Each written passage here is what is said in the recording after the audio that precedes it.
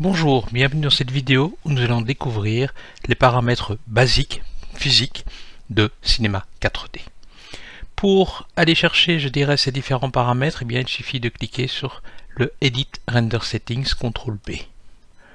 Nous avons donc ici la possibilité d'utiliser Redshift, un standard, ou le Physical, nous allons faire des choses en Physical.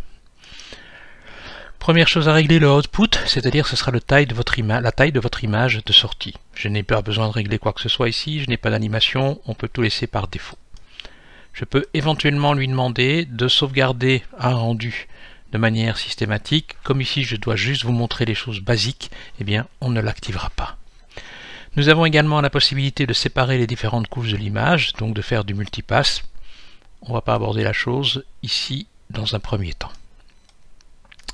Nous avons la notion d'option qui va nous permettre évidemment de valider certaines choses ou invalider d'autres choses. Et nous avons ici justement quelque chose qui m'intéresse profondément, c'est-à-dire le Bucket Sequence Centered par défaut. Ça veut dire quoi? Ça veut dire que lorsque Cinema 4D va calculer mon image, je vais lancer d'ailleurs un calcul, eh bien il va commencer par le centre de l'image. Il fait le calcul et vous voyez qu'il fait Centered, c'est-à-dire qu'il va partir du centre et commencer à faire les choses vers l'extérieur. Je vais arrêter la chose, revenir ici, fermer ceci, revenir dans les options. Et donc si ici par exemple je fais de top to bottom, je vais avoir une autre manière de calculer. Tout ça dépendant de l'image ou de la scène que vous avez créée.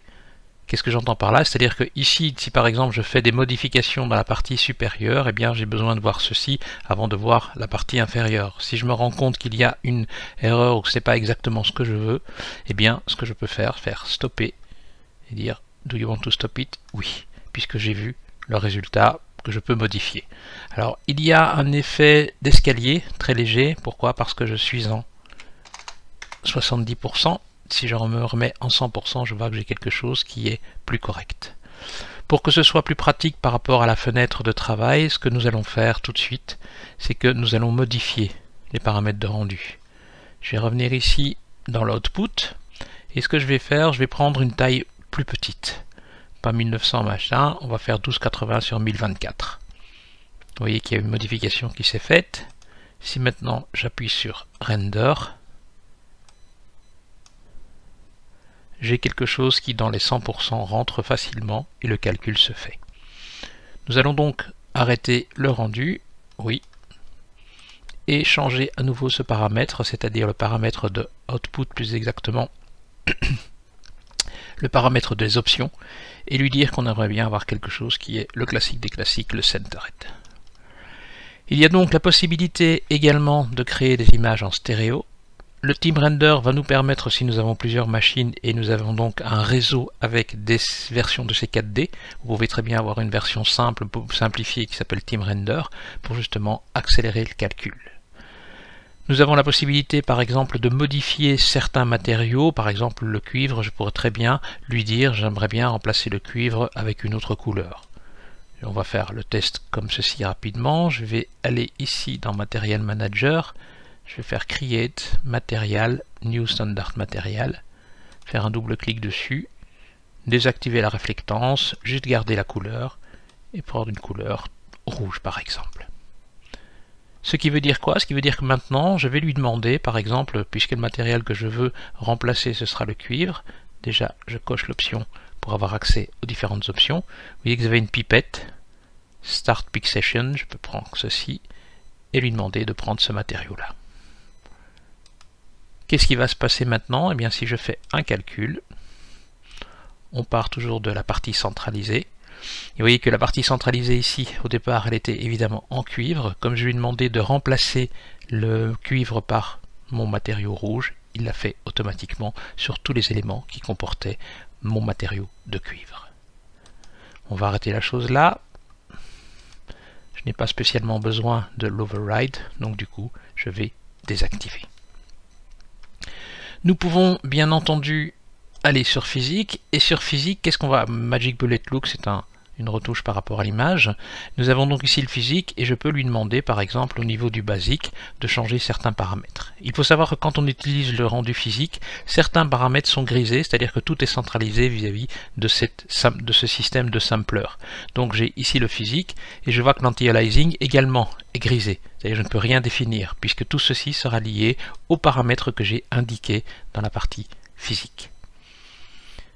On va rajouter quelque chose que j'aime particulièrement. Donc ici, j'ai bien vérifié que mon override était désactivé.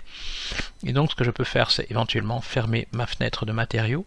Et je vais donc rajouter un effet. On va rajouter un effet qui s'appelle Ambient Occlusion.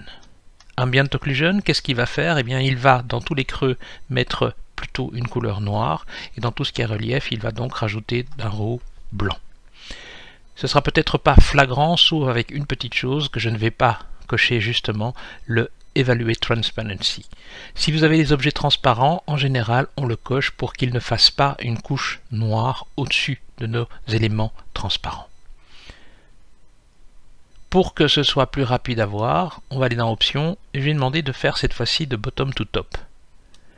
Parce que je vais tout de suite m'apercevoir, vu qu'ici c'est une surface transparente, m'apercevoir qu'il va y avoir un effet, plus exactement quelque chose que l'Ambient Occlusion va placer au-dessus.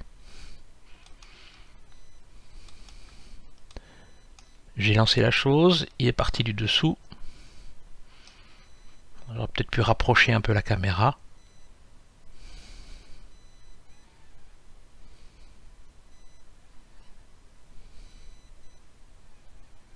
Là il calcule bien, à cause de la transparence et à cause de l'Ambient Occlusion. Raison pour laquelle il fait les choses. Ça va encore, c'est encore raisonnable par rapport à l'Ambient Occlusion. Mais vous voyez que il met un certain temps à le faire. Alors,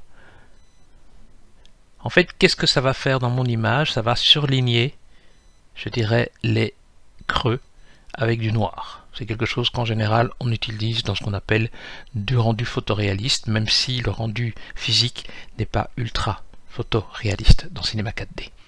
Je vais arrêter la chose ici, on va faire Do you want to stop it? Yes, comme ceci. Et ce que je vais peut-être faire, c'est que je vais peut-être voir si ma caméra 1, non, elle est trop proche. Bon, je peux garder cette caméra là, et je peux éventuellement, alors je vais me mettre en vue du dessus, comme ceci. Et je vais aller sélectionner ma caméra qui est là, prendre les outils de déplacement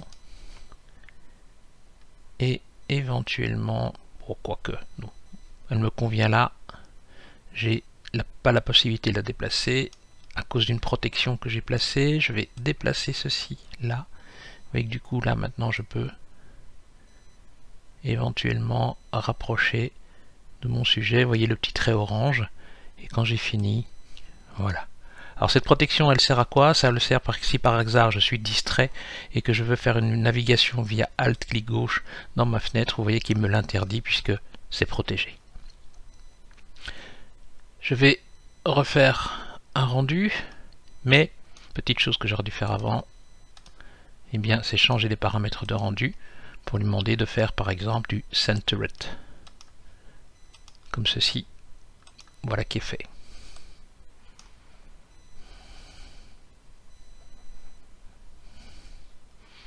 On voit le point là. L'Ambient Occlusion demande pas mal de ressources. Aussi, je vais me mettre ici peut-être à 100%.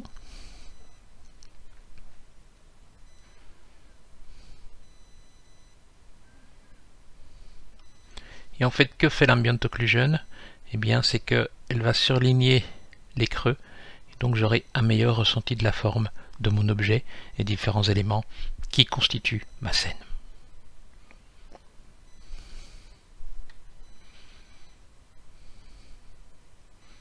On peut laisser faire la chose. Là aussi, on le voit.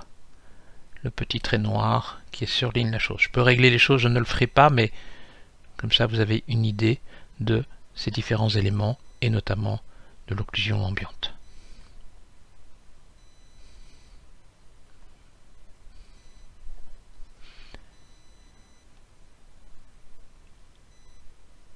Je pense que là le trait il se voit bien. On va arrêter le rendu. Oui. Et dans les paramètres de rendu, eh bien, on va rajouter encore quelque chose, effet, et je vais aller ajouter quelque chose qu'on appelle l'illumination globale. L'illumination globale, qu'est-ce que c'est? L'illumination globale, en fait, va aller chercher des informations dans mon environnement de scène, le ciel, notamment qui est, je dirais, nourri d'une HDRI, une High Dynamic Ranged Image, et va analyser en fait chacun des pixels de mon image et s'en servir comme s'il allait transformer chacun de ces pixels en une lumière supplémentaire. Nous avons évidemment des lumières dans la scène, mais il va rajouter certaines choses.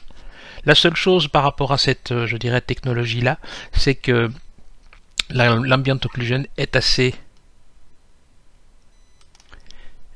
exigeante au niveau des ressources. Default, je vais prendre par exemple un preview interior high, comme ceci,